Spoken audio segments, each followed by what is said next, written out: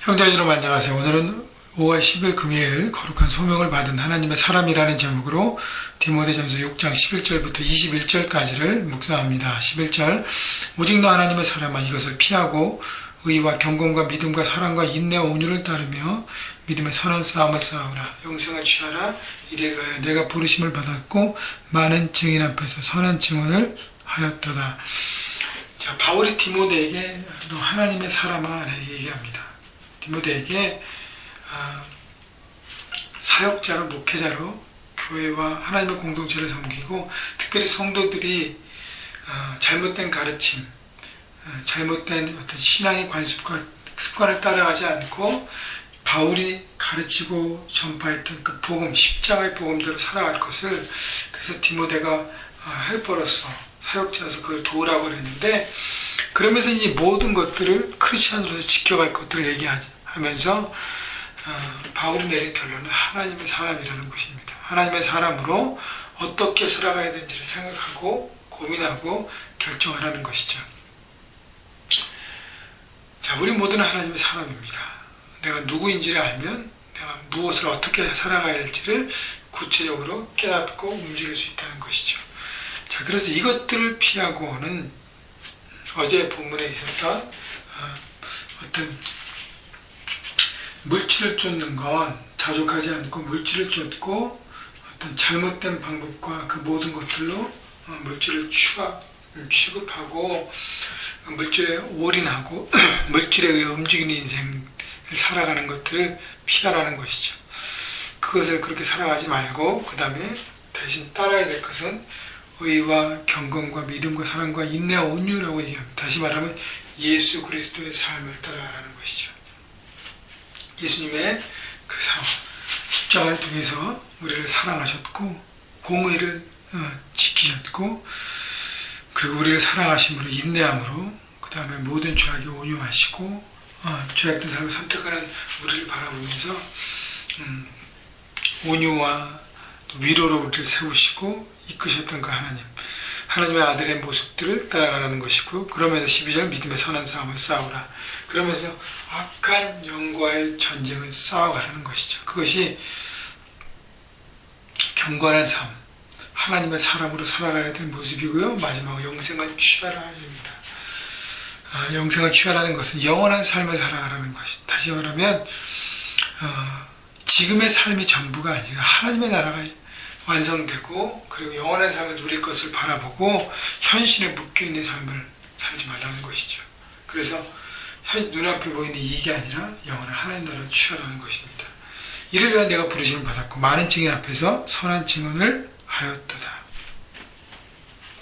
자, 이것이 바로 디모데를 향한 부르심이고 바로 우리를 향한 부르심입니다.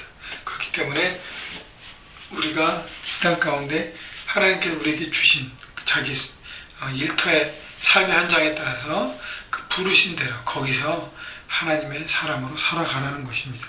13절 만물을 살게 하신 하나님 앞과 본디오 빌라도를 향하여 선한 증언을 하신 그리스도 예수 앞에서 내가 너를 명하노니, 그러니까 하나님의 앞에서 내가 정말 강조하는 것은 14절 우리 주 예수 그리스도께서 나타나실 때까지 흠도 없고 책망받을 것도 없이 미 명령을 지키라 라고 얘기합니다. 다시 말하면 흔들리지 않고 철저하게 거룩함을 지키고 내가 얘기했던 이런 모든 명령들을 순종하라고 얘기하는 것입니다. 그래서 여러분, 부모가 자녀에게 이거 하라 선생님 학생들이 이렇게 막 가르치면서 자꾸 잔소리를 하게 되는 이유는 뭐냐면 자기 책임을 다하지 않기 때문에, 게으러지기 때문이고 잘못된 길로 가기 때문에 이렇게 하고 얘기하는 것입니다. 마찬가지로 흠도 없고 책망받을 것이 없도록 그렇게 명령을 지키는 것은 자기가 스스로 알고 스스로 움직이고 스스로 살아간다면 바로 하나님의 사람으로 하나님께서 부르신 그 목적대로 살아갈 수 있다는 것이죠. 15절 기약이 이르면 하나님의 그의 나타나심을 보이시니 하나님 복되시고 유일하신 주권자이시며 만왕의 왕이시며 만주의 주이시요 오직 그에게만 죽지 아니함이 있고 가까이 가지 못할 빛에 거하시고 어떤 사람도 보지 못하였고 또 볼 수 없는 이시니 그에게 존귀와 영원한 권능을 돌릴지어다. 아멘. 자, 그래서 이 모든 것의 최종 결론은 뭐냐면 바로 하나님 나라의 그 완성됨을 바라보고 그 나라의 축복을 누리게 된다는 것이죠. 그래서 하나님은 복되시고 주권자시고 만왕의 왕, 우리의 모든 삶의 주인 되신다는 것이에요. 내가 하나님의 주인 되심을 인정하고 바라보고 내가 깨닫는다면 내가 어떻게 살아가야 될 것인가, 어떻게 살아가야 될 것인가를 깨닫고 결정하고 움직일 수 있다는 것입니다.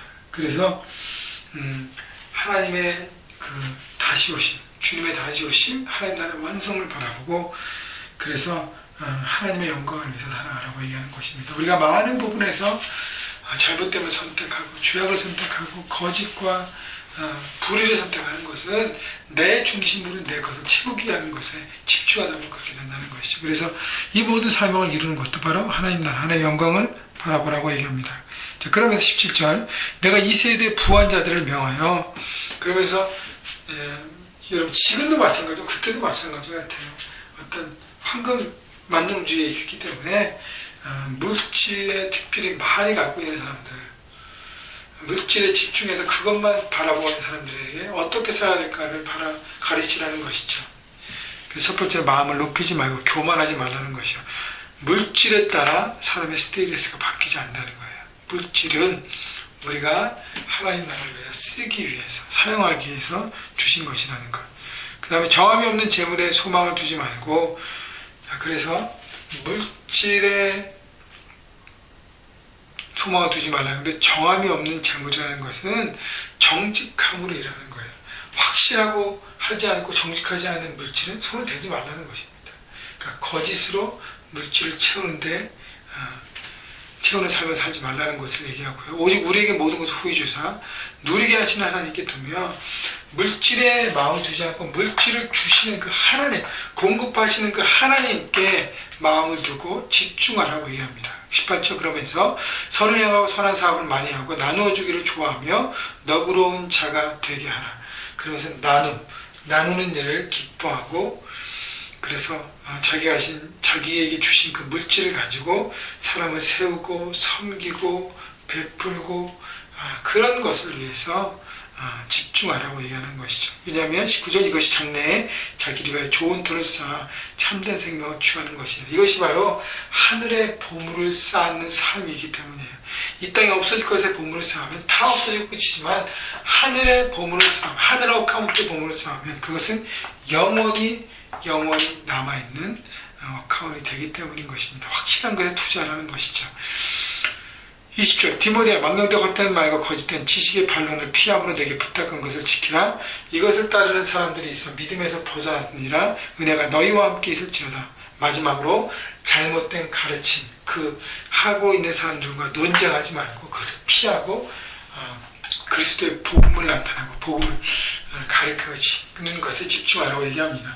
잘못된 것에 그것을 고치느라 그 사람들과 논쟁하고 언쟁하지 말라는 것이죠. 논쟁과 언쟁으로 되지 않는다는 것입니다. 대신 하나님의 복음을 더 가르치고 더 구체적으로 보여주고 그렇게 살아감을 통해서 영향력 있게 그들이 진리 가운데 살아갈 수 있도록 강조하라는 것이죠. 여러분, 경건의 삶을 살기 위해서 가장 중요한 것 중에 하나가 바로 하나님 나라, 영원한 하나님의 나라에 내 마음과 내 생각을 두는 삶이고, 그렇기 위해서 또 하나는 물질을 뛰어넘는 삶을 살아야 하는 것입니다. 물질을 정복하십시오. 돈을 사랑하지 않고 돈을 사용하십시오. 하나님의 것을 주시는 그 하나님을 바라보고 많이 채우셔서 많이 나누시고, 나눔을 통해서 귀한 많은 일들을 하나님의 사랑으로 살아가신 여러분 모두가 되시기를 주님의 이름으로 축복합니다.